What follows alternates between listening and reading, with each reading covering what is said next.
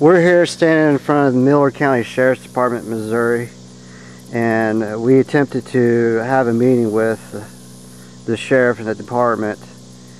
And it's policeabuse.com's policy that whenever we can, that we tape record all conversations to provide, one, evidence of the conversation, number two, to help ensure the accuracy of our investigative reporting. In this case, we were asked if we had a recording device, and we did say that yes, we have a recording device. Now,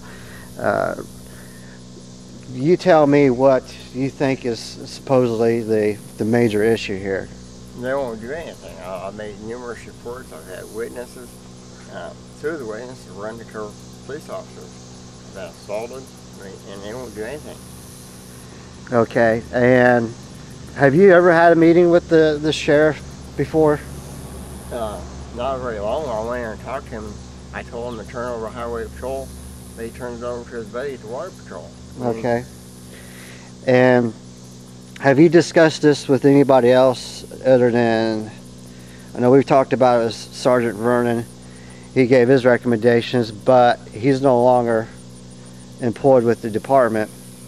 Is there anybody else that we've talked to other than? Nobody we can talk to. All of them had to resign. Okay. I went to Highway Patrol and talked to them about it, and they gave me recommendations to go back down here. I've talked to the attorney. I've got a letter from Matt Blunt when he is governor. And Jay Nixon was Attorney General. I talked to him, and now he's the governor. I've talked to him. I've been to Troop F, the Highway Patrol, and talked to Trooper White. And Trooper White at one time was headed towards a wreck.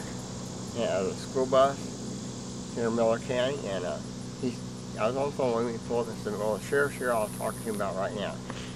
And he told me that the sheriff wouldn't give me no straight answers about it. And I went to the Highway Patrol General Headquarters and talked to Gregory Smith. He was a sergeant, and now he's a captain. He got on a phone call, Captain Mays in the old police department, and I went there to talk to him. Captain Mays got on a phone call Mr. Rabbit, and Mr. Rabbit says, "Oh, send him on down here. Nobody hurt him. He can go ahead and worry about it." I walked through the door, and a female sergeant that a few years before had told me she's going to beat my ass if I didn't drop this, decided she's going to put me in the mental hospital. And I come back for her, and when I got to the mental hospital, Glenna Burton, which is head of Mid-Mo Mental Hospital here in Missouri, was my doctor for 10 years before after I had a bad rap.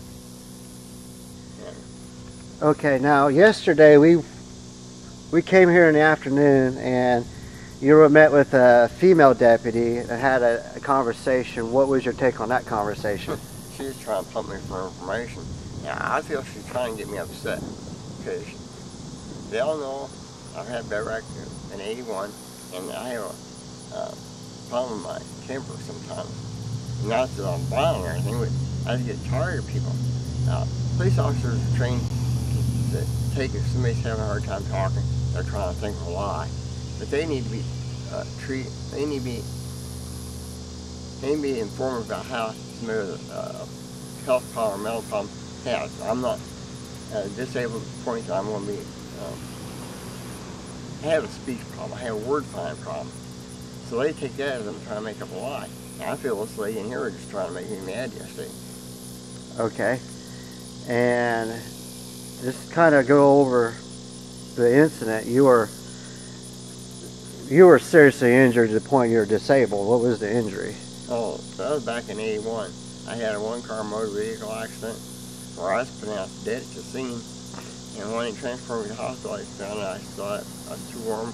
They did hurt my arm yet. They found that I had a heartbeat. I was beating 31 times a minute. I was breathing 3 or 4 times a minute.